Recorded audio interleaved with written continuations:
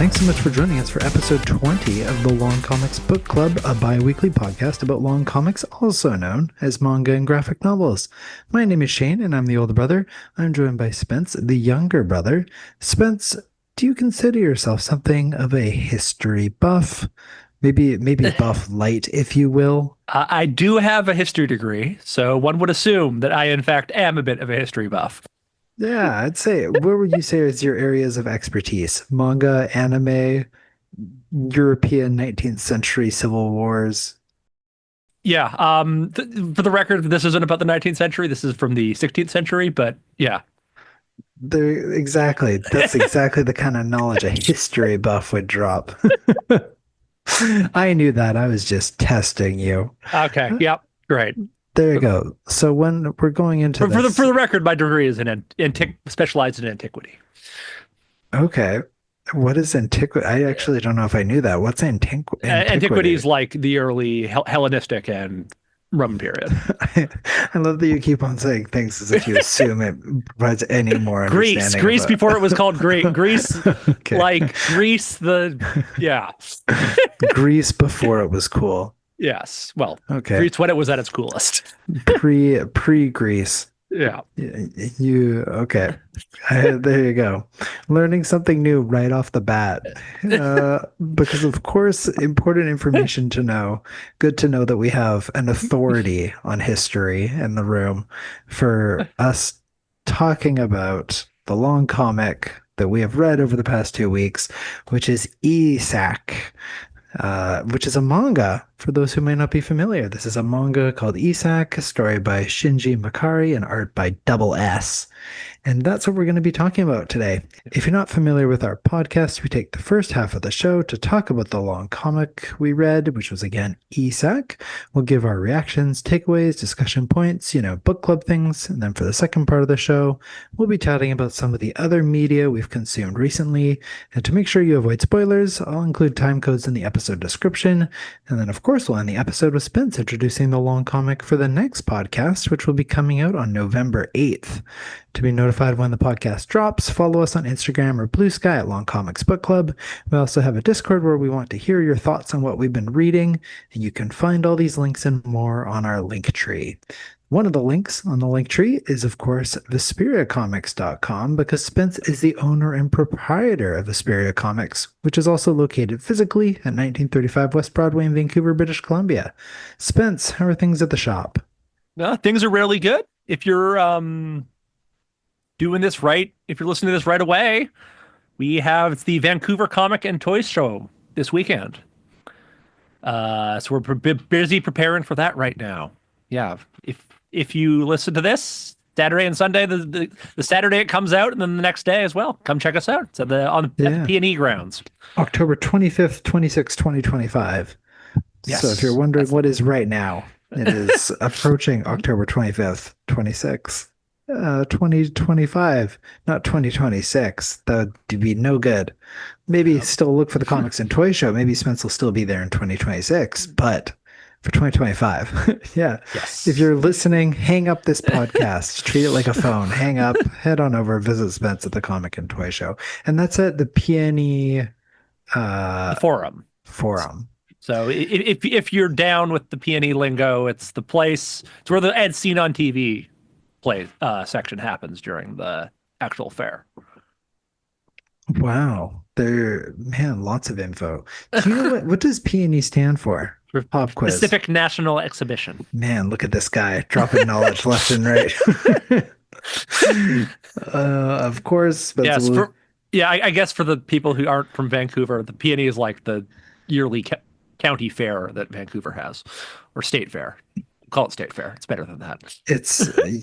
I mean, it's wild. When I think of a state fair, I don't really imagine a single barn full of animals and some carnival rides, but I guess maybe that is what a state fair is. Yeah. And it's a big barn. Yeah, I'll take your word for it. I haven't been in decades, so I have no insight into this, but what I do have insight into is Issak, because at Spence's table at the Comic and Toy Show, one of the things he'll be carrying might be Issak. Yeah, the book that we just read. Putting books away, and I put one of the putting books into the packing them up today, and I put a copy of Issak there. So There you go. yeah. Well, if you haven't read it yet, it's pretty great. And if you want to avoid spoilers, this is going to be the time to look at the time codes, jump ahead. And if you haven't read the book and want to listen anyways, that's excellent. And maybe this conversation will help you decide if it's worth picking up. So, Spence, moving us right along, why did you choose Isaac for our long comic? So as we've kind of alluded to in the past, I'm a bit of a history nerd, and there's a lot of great history manga out there. And this is thing is you've seen the Vinland Saga anime, and one volume of Golden Kamuy just wouldn't give you enough for the story to really get into that one. But Isak, that like one little gives a perfect little snippet, so we can have a little fun little history thing. And I think it's really well done history, even if it's not like the most accurate, it's still. That's interesting, though. So you would consider the history as something of a genre in manga. It's sure.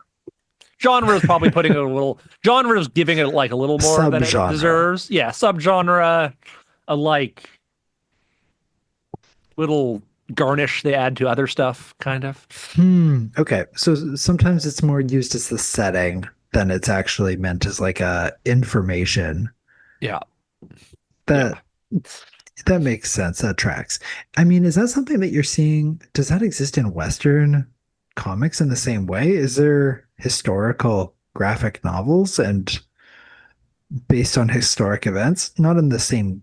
I imagine a lot of it is sort of focused around like 20th century America. yeah. Like, oh yeah. Well, I guess like pirate and cowboy stuff. That's really the same genre. Like, it's really not really that different, any of that stuff. And I guess this one we get the extra little feature of seeing like a Japanese perspective on Western historical events, which makes it a little more interesting. Yeah, I mean, I guess also we did read Superman Red Sun, which did have reference to historical events as well. But That's true. Yes. all of that to say, so Isak, for those that haven't read it before, um, doing my best as the non-history person in the room. So there's a war going on. I've been informed that it happened sometime in the 1600s and that it was in Europe and that it lasted 30 years. Yes. Some might even go ahead and call it the 30-Year War. And apparently during this time, there were Japanese mercenaries who would fight in the war. And Isak is one said mercenary who's on the hunt for someone named Lorenzo. And he doesn't really have a skin in the game in terms of which side he wants to win. He just wants to find Lorenzo, who is apparently fighting for the Spanish forces, and kill him for killing his master. Mm-hmm. And I guess saying he doesn't, he kind of has a skin in the game. Like very quickly, he's like, I am now pledged to you. Like he's very clearly on the Protestant side. Well, isn't that only because of where Lorenzo was placed? Yeah, and well, because I think it's largely because Lorenzo's on the other side. So yep, he's got to join the he's got to join the Protestants. Got it. There you go. Okay. And so Isak is an incredible marksman and essentially changes the tide of two battles by himself. Yeah. There's definitely a little Japan glazing in this one. Can you elaborate on what you mean by that? Like, wow, the Japanese are so cool. We're the best fighters out there. You can't. Japan has a tendency to do that, and it's really, really clear in this one. In this one, that they're kind of the best. Yeah, they're just the best. Yeah, that one Japanese man can take down an entire Spanish army. Yeah, and like from after the first battle, everyone's like, "What does Issak have to say about this? We must like." Yeah. We can't possibly win without this one guy. Yeah. I mean, he does his thing. He is exceptional. So, we follow Isaac during this. This covers the first 2 volumes. How many volumes are into this story so far? So it's actually finished in Japanese. Oh. And it's up to like 20 volumes, but this isn't like the English. So this is, even though it's like the first 2 volumes, this is the first English release the series has had. They're doing the 2-volume thing, and they've only actually released the first like 3/6 volumes. Oh, wow. Okay. So still Yeah, very early on in English, but it has yeah, already concluded. yeah. Interesting. Uh, well, I'm very curious to see how long they can sort of string it because they really put all their cards on the table in this first volume, one, volume two, much more than I would have anticipated. Usually you sort of leave a little bit of mystery in the air. So in the character of the fact that Lorenzo is some sort of villain, I had assumed that Lorenzo wouldn't show his face until quite some time. So will be surprised when there he is in volume two. But again, I think this has to do with just what I'm accustomed to on the I'm still learning that apparently plots move quickly in Japan. Yeah, We're getting syndicated. We got to get things out fast. We got to get them hook, line, sinker. yeah. No That's time to kind of, muck yeah. around. Like mega magazines are brutal. They will just cut you if you don't get people. If people aren't interested early, they'll just get cut you down. There you go. So then I'm glad that this one stuck around and held on long enough to reach its conclusion, and that it also sounds like it's something of a reasonable length. I mean, 20 is still pretty long, but that doesn't seem too long in the grand scheme of things. No, like yeah. There's definitely worse than like yeah. Thinking of the other because yeah, Vinland Saga, which is feels like that's going to be the easiest comparison, and Hmm. it's still going to finish at like 31 volumes or something like that. Hmm. Wow. Okay. Interesting. So historical dramas, keeping it tight, keeping taking their source material, adding in their Yeah, mixture of nonfiction and fiction yeah. in the retelling of histories. You were saying at the head of this that they were taking some liberties when it came to the history. Was there a specific part that you were referring to? Uh, Probably the most notable thing is the army looks the the soldiers and their weapons are distinctly like 200 year like are like late medieval period, not like the Renaissance era when the 30 year war actually happened. Like way more people, basically way more people should have guns. Like Isaac Hmm. should have still has like the best gun out there, but at this point, like soldiers, there should be more guns than there are crossbows at this point, basically. And like Okay. their armor is much more of their like slightly earlier, much more, yeah, like Interesting. I did wonder about that quite early on because I think I was reading one of the forwards by the artist, and he was sort of talking about how he knew nothing about this time period, and that he sort of just like learned it on the fly. Um, so that was certainly something I was thinking of right away. Um, yeah, so this is from Double S right at the start. I've drawn a lot of different stuff since I started out as a manga artist, but never a historical drama, much less one set in 17th century Europe. I pretty much slept straight through world history class, so I was starting from scratch here. I'd never even drawn a suit of armor, and then there were the castles, the horses, the weapons, and the ornaments, plus the helmets. It was all new to me. So when I read that, I was wondering which part of the visual representation was going to be inaccurate. So there you go. Now, now I know. But nevertheless, when we're taking some historical liberties, I'm curious then, as a big history buff, how do you feel about when you sort of have this taking liberties around the like based on true events kind of storytelling? yeah, well, I think this is very much a personal feelings, but like I've never had a problem with historical fiction taking massive liberties. Like, dude, the story is way more important. Like, Hmm. I like Braveheart. That's like the least historically accurate movie ever made. Right. But I guess I mean, that's a good example though. So you're not concerned about how it sort of rewrites history in some capacity, especially when there's like so much blurring of reality these days. Yeah, Is there any concern around like that essentially the fictional part that is used to make the story sound better just becomes the truth?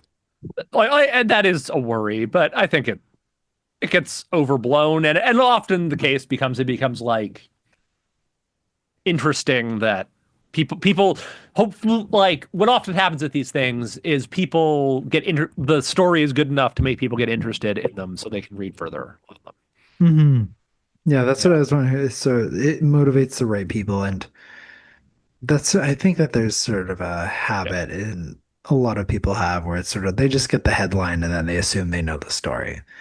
Yeah. So my assumption is if they're going to run into that with this kind of content consumption anyways, it was going to be unavoidable. Yeah. And at the Um, end of the day, if people don't know how the 30-year war, like if people have the wrong idea of what weapons were used in the 30-year war, it doesn't like it's like actually makes any difference. yeah, the impact So, is low overall. That's, yeah. it's true. I think we have more pressing matters about the blurring of truth in present day than whether or not they got the right helmets in the Yeah. 30th War representation in Isaak. Well, that's a fair point. Yeah. All right. We'll take some creative liberties there, but um, Isaac as a book overall, just some initial impressions. Really great. Really, really, really great. Uh, very, I think it was of everything we've read so far is perhaps the one that I most felt the pacing of. Like it's very intentional with the quiet scenes and with the action scenes are unreal. Yeah. They're so overwhelming, which is so great for that really making that war and that battle feel alive because everything that's happening on the page is so detailed and so confusing and so all over the place and violent and there's sounds everywhere and you just get that feeling of the chaos that it really just pulls you into it and makes it feel so real that it's really, really impressive the way that it's done. And I think it certainly continues to show just sort of the power of manga and graphic novels as like a visual form that you can create that in a essentially static environment. Yeah. Well, it's because, yeah, you're right. It's like incredibly, it's so chaotic, but then it still does a great job of like centering you on what exactly what you want to be looking at in each Mhm. panel. Yep. Yeah, Yeah. so that you don't get totally lost in it. Um, I think that, yeah, especially like the siege. That's a great example of that, where you have these barricades running up and these siege towers, and you see the guys terrified inside, and then it drops, and then all of a sudden the paddles just go chaos, and then you pull out and you see Isak standing up top, and you just kind of get this big white wide shot of him, and you just sort of then understand what he's experiencing compared to everyone else. Um, it's a lot, and then even then, just you have the scenes of them going through the beautiful woodlands, and that really reminded me as well of like Witch Hat Atelier with just those detailed, stunning backgrounds. Yeah. Manga artists are just really good at what They're they can so do good. with like black and white and yeah. Yeah, Yeah. this is definitely up there with my favorite visually that we've done as well. Really, really beautiful, incredible art. The kind of thing that you would almost want to like put on a wall that it just looks so nice. And that it is a really pulls you in kind of story. That you do get invested in how is he gonna defeat this army? And I mean, I think there is certainly like him being this essentially like superhero kind of takes away some of the thrill of it, but nevertheless, because I think those action scenes are so well done that Yeah. But I also think one of the funny things about that is he spends like half of this story like injured.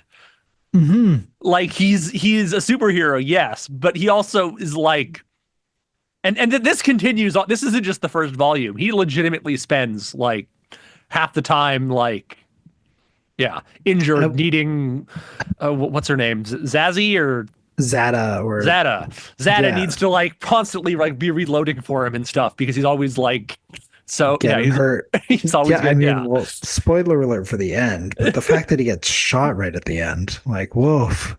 That's all of a sudden I thought you were going to say when I was asking you how many volumes. I thought you were going to say there was like four that he just died right there. Because yeah, clearly, I mean, it's good that he doesn't have plot armor, but I think that that's an important thing to have. And yeah, I mean, that's another thing, just like him pulling the armored guy into the lake and you see the bubbles going up, and that's Oh yeah. again just that use of space and negative space and not having any sort of dialogue there. It's just really, really great. Um, yeah, this is another one that I for sure interested in reading further. It's interesting because I don't know if I care as much about the plot. I just really want to see the battle scenes.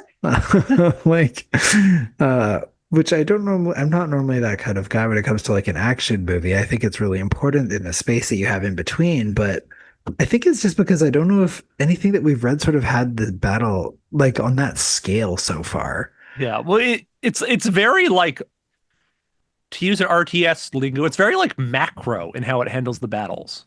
Hmm. Like very much like all encompassing and going over like supply lines and stuff like that.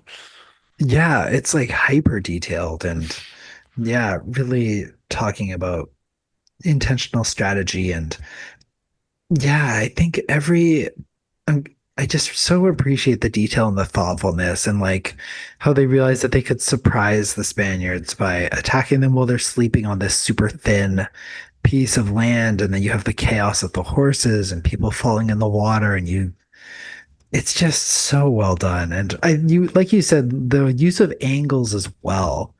Again, just like where it feels like film and at like the risk of not knowing very many Japanese directors, but I still think it's not far off. This did make me think of like Kurosawa, which Yeah, again, and like, like yes, like 100%, and like let's like because Kurosawa's influenced a whole like so much in the last like 50 years. So absolutely, that would be. yeah. And again, it's not just because he's Japanese, but again, because Kurosawa was known for like really innovative shots going from like wide to short, as well as he also was all about the like samurai story about this like one sole guy coming up into the town and then like saving the town. That was like the storyline that he often went to. And so you're seeing that again in this as well. And so I think you could argue for sure that there's something of a Kurosawa reference Yeah, in the creation of Isak. Um, yeah. Well, because it's Chanbara stories are what they're called in Japanese. Chanbara, what does that Yeah, mean? that means swordsman in Japanese. And they're Hmm. like they're like the they're those stories that of like the lone samurai walks into town and saves everything. Hmm. Like it's very much in the same vein as like the gunslinger in the for in Wild West stories. Hmm. Yeah. And boy, those guys are cool. Yeah, that's the important part. Yeah, That's the important part is that they're cool. Because again, there isn't a lot of depth to his character. I mean, I know that we sort of get hinted at that there's something else going on in terms of like yeah, someone that's and captured and honestly, like the next volume opens with like a flashback on what how exactly it all went down, and it really doesn't add all that much. Like, yeah, I can't imagine it. Again, I don't know if it even really matters. That's if you're listening to this, you're not sure if it's for you. I'd say this is great for anyone that just really appreciates like art and visual storytelling. Um, because I think that is what this is. It's visual storytelling of a battle, which is really cool and tricky when you think about the 2D form. But you're not in it for Isak. I mean, no, he's a yeah, cool guy. Isak's the coolest guy. He's like honor bound, and he really wants to kill one guy to save to like and bring his gun back to Japan. That's the Yeah, entirety of his character. yeah. So you're not in it for Isak. You're in it because of the environment in which he is thrust into. Uh, because it is super interesting. Something I was wondering about, because often with these kinds of things, so it's very much framed as like Protestants heroes, Spaniards villains. Was that really the case in the 30-Year Okay, War? you know what? This is good. Actually, good. I should give a little breakdown of the 30-Year Yeah, War. let's get a little bit of a history Okay, recap. Let's so give the you some minutes on yeah, the clock. so the 30-Year War was set in what is now Germany, and it was called the Holy Roman Empire, which was like a loose conglomeration of states that like claimed to follow a single emperor. And notably, the emperor was Catholic, but really like the this is right around when Martin Luther began the Protestant Reformation. So like when it first happened, it wasn't like really clear because they weren't directly like under the emperor. Like it was like a confederation rather than a direct kingdom. So a lot of them like wanted to be independent, like wanted to be Protestant. rather than Catholic. So that caused like a civil war eventually to break out when some guys got thrown out of a window in Prague. Um, and yeah, so that's basically how it worked out. Was like Protestant initially was Protestants versus Catholics. But then what really started making it like made it so much more brutal though was like other nations started to take part, started to send people in. And this is a big thing, which I think I mentioned a little bit when I was giving it last time, is the Habsburgs was like a family that were like that the emperor of the Holy Roman Empire had been a Habsburg for like a couple hundred years. And they were like huge, and notably like they started to become like far huge amounts of royal families became like branches of the Habsburgs. Most notably the Spanish were also part of that family.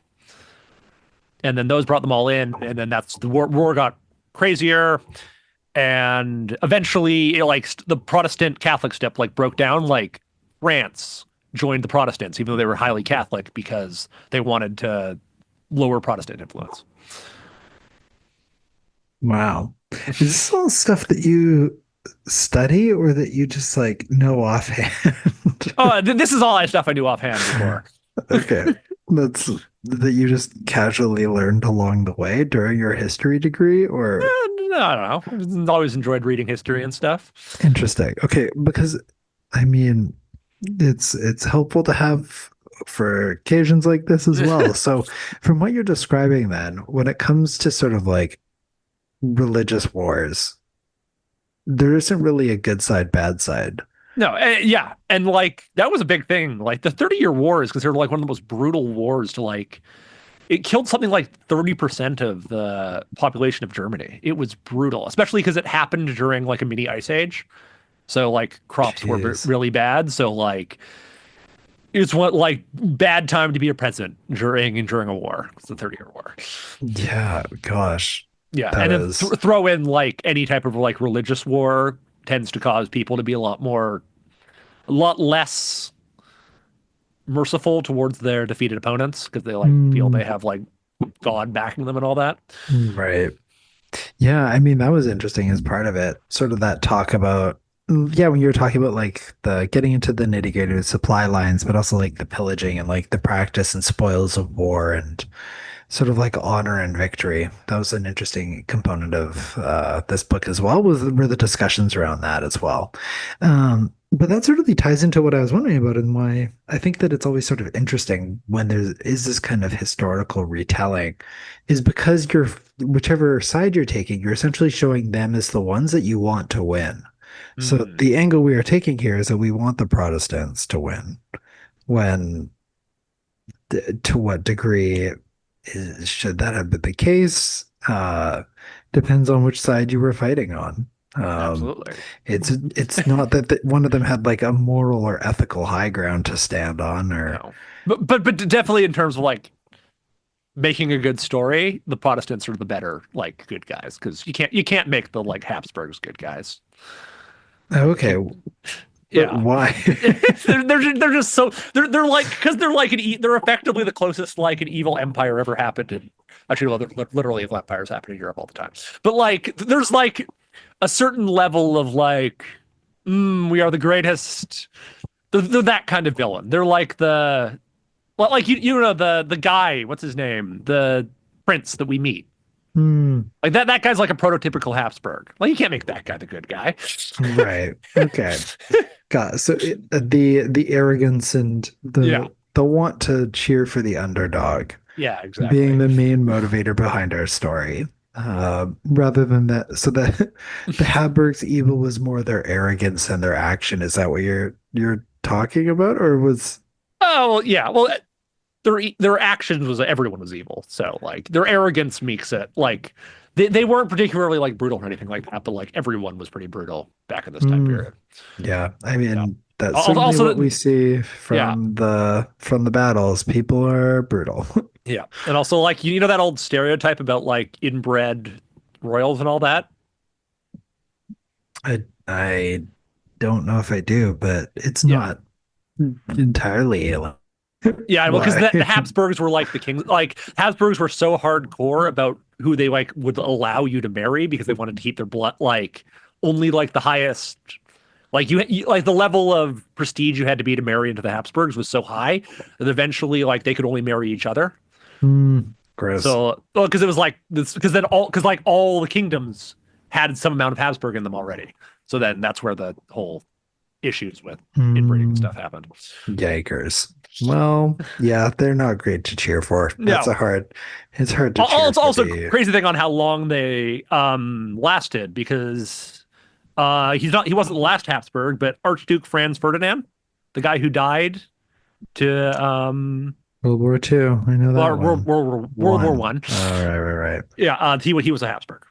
Habsburg Oh, Habsburg Lorraine, like they changed, they became like a different family in like the 1800s. But hmm. yeah, Are they still around? yes, but they don't rule anything anymore. Yeah. So And yeah, hopefully they've they ruled the expanded their social Austro-Hungarian circles. Empire. When the Austro-Hungarian Empire fell, that ended the Habsburg dynasty. Wow. That's a long time. Yeah, Can we go from like the 1600s to the 1900s? That's insane. That's bonkers to be able to trace that lineage. it But goes. They go back even farther. They go back to like the 900s. that's crazy. Yep. Man, Oh yeah. I wish I knew that kind of family history. Are we a Oh, Habsburg? probably not. But Probably it's like not. King Charles of England can go back can trace his lineage all the way back to a guy named Rollo the Walker, whose name was like better translated as Rollo the man too large to ride a horse. Okay. He was the Oh, first poor Viking Rollo. king, the first Viking king of Normandy, and that was like yeah 800 something. That's okay. There you go. History can be fun. Who Yeah. knew? Oh yeah, and Well, it's you just did. how crazy back royals can know their lineage and stuff. Yeah. Those dang rows always knowing the things. Um, yeah, what's your take then on this book? Clearly something you enjoy, but Yes. is there any component of it that you think really stood out for you, especially having reread it now? Yeah, honestly, I think what we brought up about like the whole story is just kind of like going from battle to battle, but it does such a good job of making you like understand what's going on in each battle and really like showing you, explaining it to you, showing, as we said, like the macro levels of goes into every to 17th century warfare. Hmm. Yeah, I guess it also then establishes stakes, not just as they're fighting because they want to hurt one another, but it's like, no, this is the trade route. This will therefore cut off lines to this part.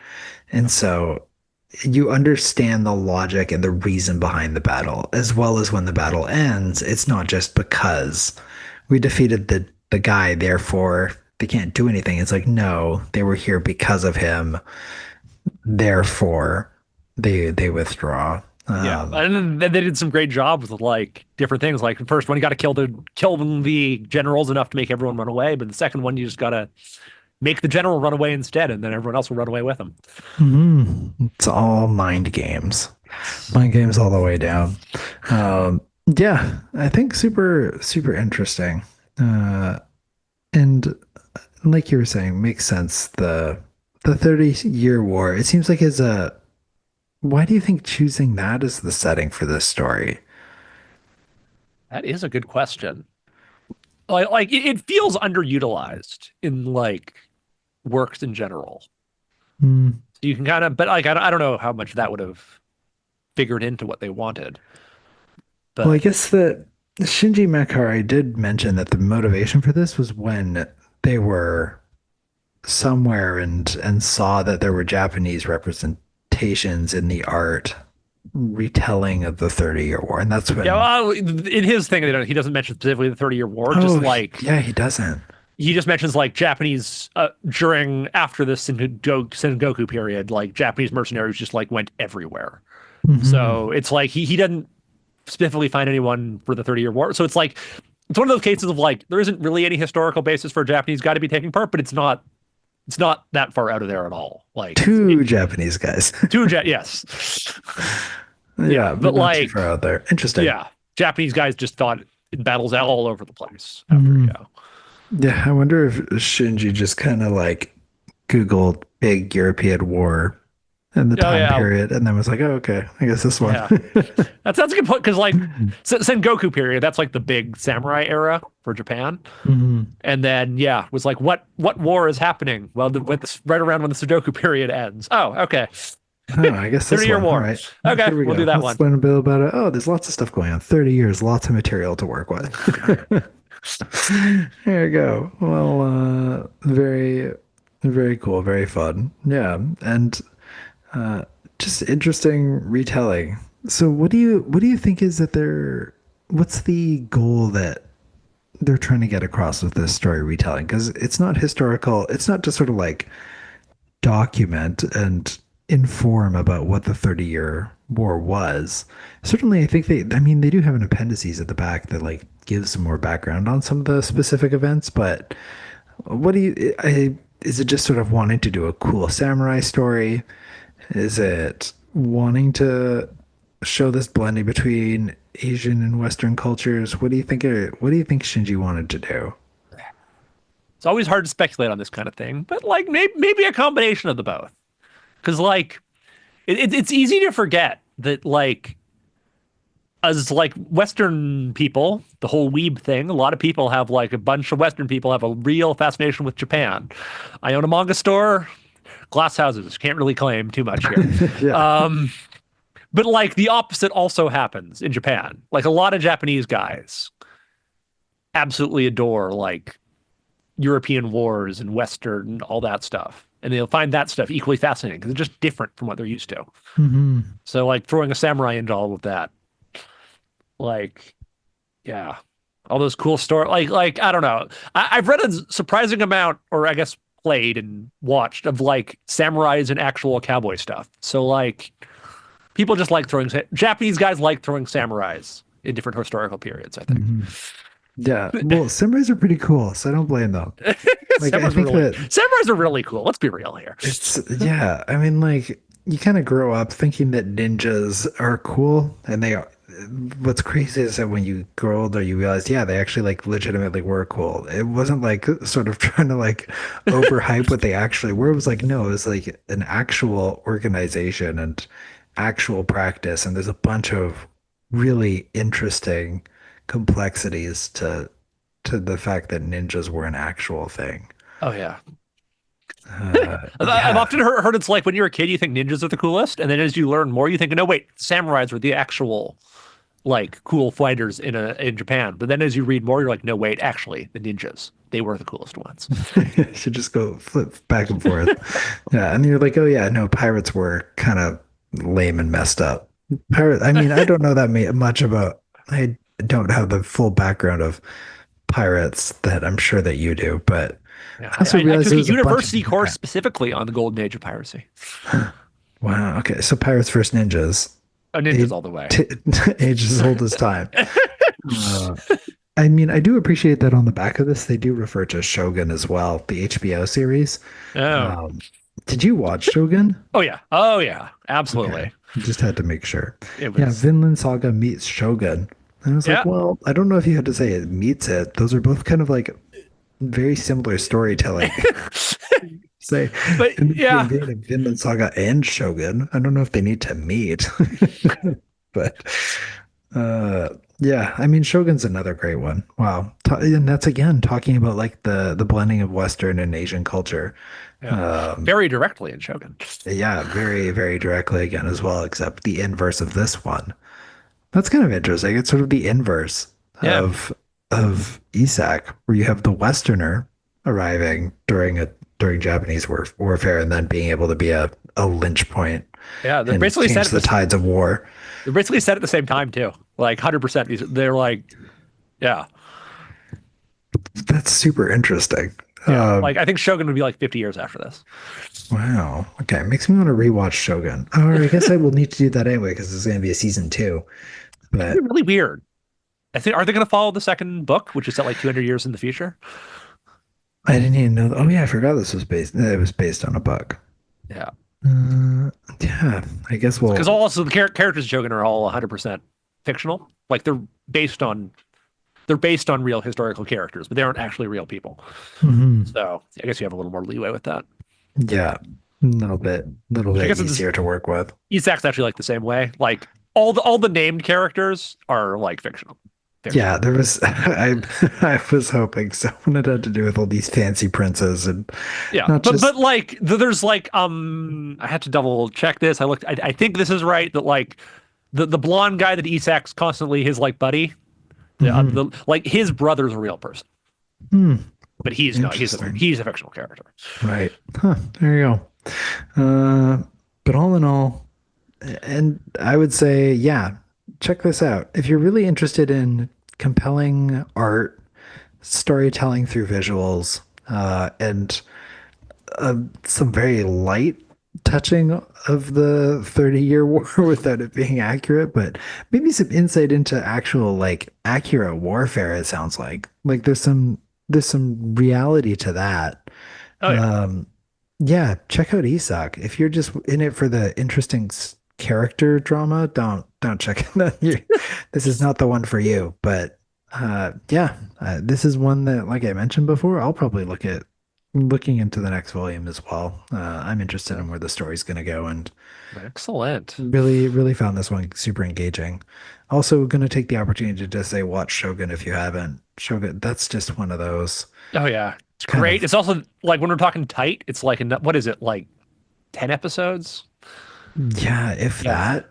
Just tells Yeah, it super concise, well done. I don't watch a lot of live action television, but did that watch one made Shogun. It it, was great. and it was super good. There you go. It's like Isak, except that the characters are much more complicated. But yeah, both of them super awesome. And yeah, check out Isak. What a cool manga. Lots of interesting things to come from that. And educate yourself more on the 30-year. Maybe you'll also find that you really want to know more about the Habsburg and the 30-year war. And there you go. You can avoid the world of misinformation Yeah.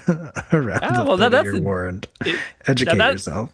often the case when you, or at least for me, why I got into history so much. Once you finish reading something, you watched a cool movie, you read a cool historical thing, you want to read more about it. You learn what they did Yeah. got wrong.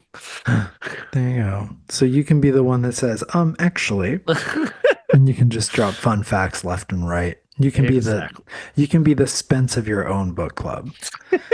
And so moving into the part two of our podcast, Spence, what other kind of content have you been enjoying this week other than Shogun, which I realize is now like a couple years old? Is there any kind of Yeah.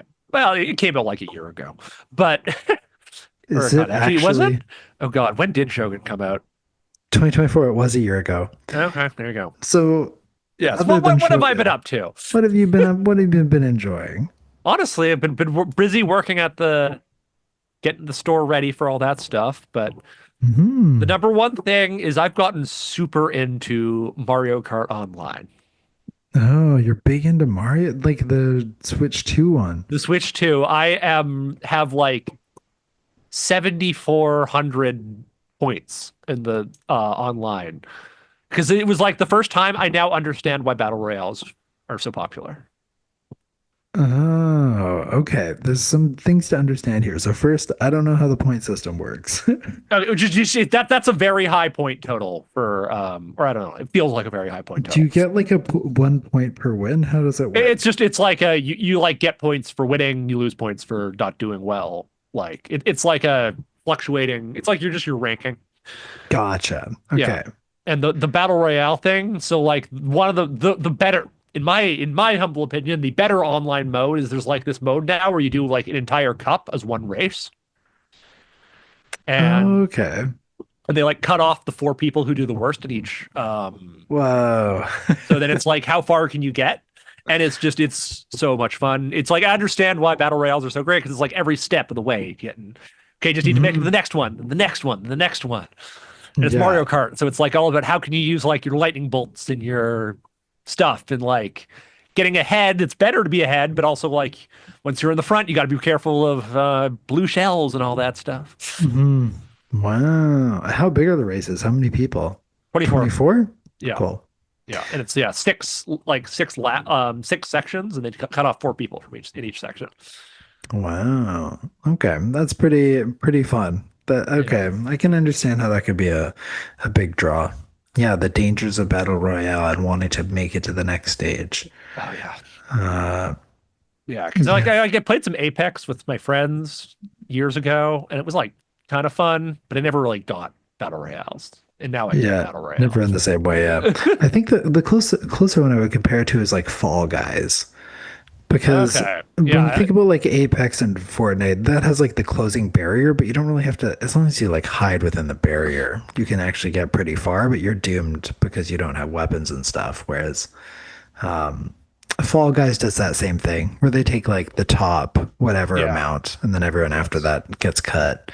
yeah, But yeah. I played one night of Fall Guys in my life once when it was yeah, free. I think I played like a week of it. Yeah, it was But like it yeah, was fine, but I never got super into it. yeah. I mean, I think that Fall Guys and Among Us are very interesting in terms of the impact that they had during COVID. Because those Yes. are the two games that sort of really defined the COVID period, which is very interesting. Yeah, I never got into Fall. I never got it. Among Us was also the crowd. I never understood how people could play Among Us with randoms. That's so weird to me. Yeah, So like, that's, like my mind just doesn't function how you could possibly find that fun. But yeah. It's a very as we grew older and we realized that we're more out of touch. I think yeah, that's another good indicator there for you. one of the crazy one is Roblox. Like, what is Roblox? Why do the children love Yeah, Roblox so much? I do not understand Roblox in the slightest. But that is the I one. that's the one. I remember us. We've already even talked about Yeah, right. Roblox We've on done this this before. podcast to be like, I don't understand it. I don't We're get running it. out of material. No one yells at clouds. Yeah, Yeah, we have our axes to grind as people within the geekdom culture. yeah. And apparently Roblox is the crux of our complaining. That's the war that we want to fight for 30 years. Campbell's first Roblox. Yeah, I just love that I didn't think that Roblox is a big thing. I thought it was a meme, but No, no, it's massive. it's Who yeah. knew? Yeah, they're goofing it. But um yeah, I also am on the more limited side as well. I talked last episode about Hades 2, and that just has continued to absorb all of my free gaming time because Mm, if I like it, I'm not just going to play something different for the sake of being able to talk about it on the podcast because yeah. Well, Hades that's the 2 is thing. great. The one thing I didn't ask you about, have you, because you're big into clearly history, but also mythology. Um, yes, I'm not out of turn on this, I don't think. Can you hear me? Yeah, yeah. I'm just what about the question? You haven't asked a question yet. I asked, you're big into mythology, Yeah, right? yes, yes, I am into that. Yes, Okay. I thought you were saying like you're big into. I have a question for you. You're big into mythology, like you just assumed. Like yes, obviously I'm big. I just mentioned my degree was in the Hellenistic Greece. Of course, I understand a Greek mythology. Okay. Yeah, I just wanted to double check. Have you seen any of the like character models and start for the Hades 2 characters? Yeah, yeah. I've seen some really cool ones. Like the Hephaestus is in like a claw wheelchair thing, and the cool Hmm. looking what's her name? Um, yeah, but yeah, lots of cool looking ones. Yeah. I mean, the big one that I came across earlier to like I love the way that they show Heracles, Hercules. Oh, okay. No, don't know that one. Um yeah, Well, let me just just look like it up to, yeah. yeah, Hades 2 Heracles. Just very what it certainly makes me think of sort of the power of Disney. I think that's another example. And sort of what that I mean, Ooh. Oh, yeah. Hercules is great, but like, man, this design of Heracles, I feel like is just like much more in line with what he's supposed to Oh, look yeah. like. Oh, 100%. Like, Just like a super jacked dead lion wrapped around him, carrying a giant club.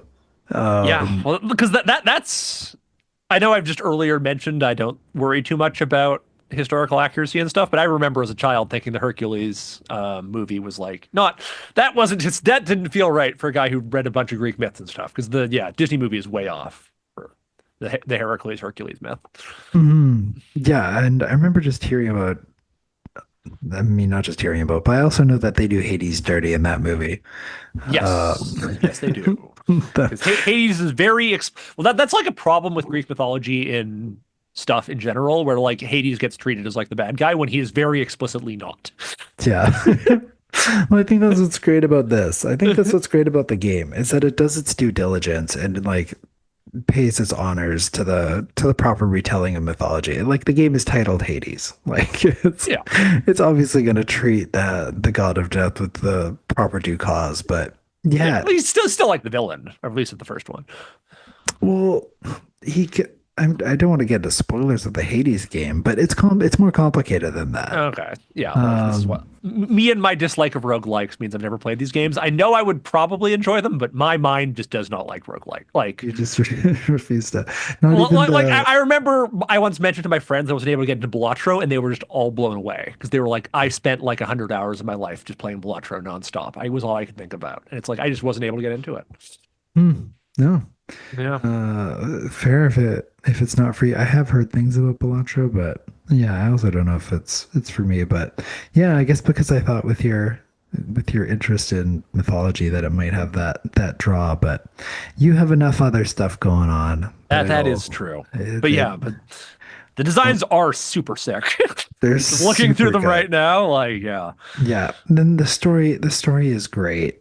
Um, just because it just like really does, especially the first one, that it just really pays homage in the right way, where it's talking like Persephone is really an important character in that. And like the relationship between Hades and Persephone and the complicated nature of that. And like that being the reason that like Hades is trying to stop you is because you're his son and he's doesn't want you to be seeing Persephone. But there's like a reason behind that. And Yeah. um, so it's not so much that Hades is just like the bad guy. It's like it's this interpersonal family drama that has to do with the relationship between all the gods, Mhm. and that's where it's coming from. And then yeah, and then Hades 2, all of a sudden you also get to introduce the Titans, and so it's kind of fun because it's almost like you kind of get used to like in Smash when you see all these characters from your favorite games. It's the same concept in Hades 2, and all of a sudden you beat Prometheus, and you're like, whoa, it's this myth. And now you're dealing with Prometheus, who's befriended the eagle, and he's trying to defeat you, and you're trying to defeat Kronos and Typhon. Oh, Um, yeah, just sort of yeah. all this cool mythology stuff getting dropped. But there you go, an excuse to talk about Hades again. Hey, Um, yeah. yeah, I'm all for talking about Greece. yeah, you're clearly super open to it. Yeah. Um, the only other thing I'll briefly mention, just I want to know if I can't imagine you're doing. I'm listening to the new season of Critical Role. No, no, I don't. I've never. I've played a bunch of Dungeons and Dragons. Never gotten into a online campaign. That's fair. I just can't believe I'm glad to get it on at the start of it because I feel like that way it'll be sort of feasible to follow along. Oh yeah, Because those who are not familiar with the monolith that is Critical Role, it is sort of arguably the biggest or definitively the biggest. it's definitively the biggest online. The thing to remember, one the like there was that leak on like who's the most like of all like the Twitch data got came out. It was revealed that Critical Role was the biggest thing on Twitch. Hmm, Like that's crazy. Twitch, the entirety of Twitch. Yeah, it's Critical Role. Wild. There you go. The power of Dungeons and Dragons. But yeah, they just started campaign 4. Excited to sort of be watching it as it's launching because yeah, my friend is insanely watching campaign 1, or at least he says he's going to, and it is 447 hours. Yeah, I think And I was people have like, done the math, and it's like Critical Role is bigger than all the big three anime put together. yeah, I was like, if you're watching an hour a day of this show, it's going to take you more than a year if you're Yeah, watching. and that's just the first season. And that's just season 1. And I'm like, I can't imagine. But watching it as it's coming out makes it a little less. I mean, clearly I'll talk to about how it was at the end in 8 months or whatever it is. But in It the only takes interim, 8 months. God, I thought it went on for longer than that. But well, let's see. I mean, the first season was 115 episodes. Oh yeah, I know God, they do like it was 2 years. yeah, because they do It like was four, two they and do a like half four. years. Obviously, this is all secondhand Oh information, but I thought it was like no. four hours of whatever, like a week or something like that is what they do. Yeah, that is correct. It's 5-hour episodes a week. Yeah. Okay. Wild. This is a 2-year commitment. What have I done? No one told me this. You can't get off Mr. Bones' wild ride. I'm already 2 episodes in. I'm pretty much committed. Yeah, Yeah. the ride never ends. Oh my God, that's wild. All right. Well, I guess I'll be reporting back on Critical Role and how it was in 2 years. But Yeah. in the interim, as we're winding down towards the end of the episode, of course, we need to introduce what's next on the reading docket. So, Spence, what do the fine folks at home and I get to look forward to reading next? So you know what? I decided it's time to dip into my favorite, the Vertigo series I was ridiculously into in university. So we'll be doing the first two volumes, because that's what the modern one has, of the Brian K. Vaughan classic, Why the Last Man? Oh, why? Who's on first? Why? Why the Why the last? Last Man? Why spelled WHY? Just Y, as in the letter Y. Why the long face? Why the Yeah. last man? Why the Oh, Last Man? So it's a story about spontaneously one day every mammal with a Y chromosome on the world in the world dies, except for one guy and his pet monkey. oh, is this a harem anime? Very much not. Okay, interesting. Oh, Yeah. okay. But it's also what I haven't read since I was like 19, so I'm going to be very curious how it's held up. Yeah, I'm extremely curious because that 100% sounds like it's meant to be a harem anime. But Yeah. okay, why the last man? All right. Yeah. I'm curious. Kind of Yorick's his name, hence the Y part. Also XY chromosomes. So yeah. Yeah, okay, Yorick. Interesting. I think that was a character in League of Legends. So It's they it's a famous guy in from Shakespeare uh, from Hamlet. that's probably more what it was referring to than Probably what they're both referring. Well, it's definitively what they're.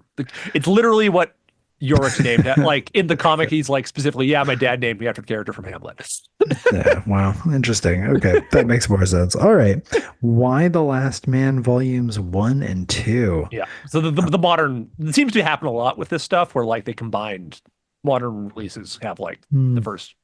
But yeah, hmm, this Preacher and 100 Bullets were like my complete obsessions in hmm. university. I was reading all like yeah. Those are the ones. Interesting. Well, then exciting. Yeah. Also Um, continuing our one thing because Brian K. Vaughan, absolute legend of comic book writing. all right, and you'll get Yeah. to espouse his greatness even more in the next episode then. And so, of course, if you also want to check out Why the Last Man, you can order that at VesperiaComics.com for pickup at Vesperia Manga and Comics if you're in the lower mainland of beautiful British Columbia, or maybe Canada-wide shipping, Canada Post strike It's over. pending No, status. it's over. We can ship now. Well, We're good. it's in rolling though. Is it over enough that you're It's over enough that we'll yeah. okay? There you go. We'll find a way to make it work. Yeah, hopefully we Otherwise, won't have any. Last time we had some orders that were like stuck in limbo as they were sent out right before the strike happened because the strike happened out of nowhere. oh But this geez. time I'm sure it'll be fine. Yeah. Otherwise, I mean, maybe you are not in Canada and there's a comic store near you, or maybe you want to borrow the book from a friend, see if it's at your local library, etc. Just find a way to check out Why the Last Man. And that's it for episode 20. 20. Look at that. Look at us go. Yeah. We're breaking into the next decade of manga and graphic novels. Uh, so that's it for episode 20 of the Long Comics Book Club. Thanks so much for listening. You can follow our Blue Sky Instagram for updates. Join us, share your thoughts on maybe Isaac or Why the Last Man, the next podcast book club book in advance of the November 8th podcast. And we will talk to you then. Bye bye. See ya.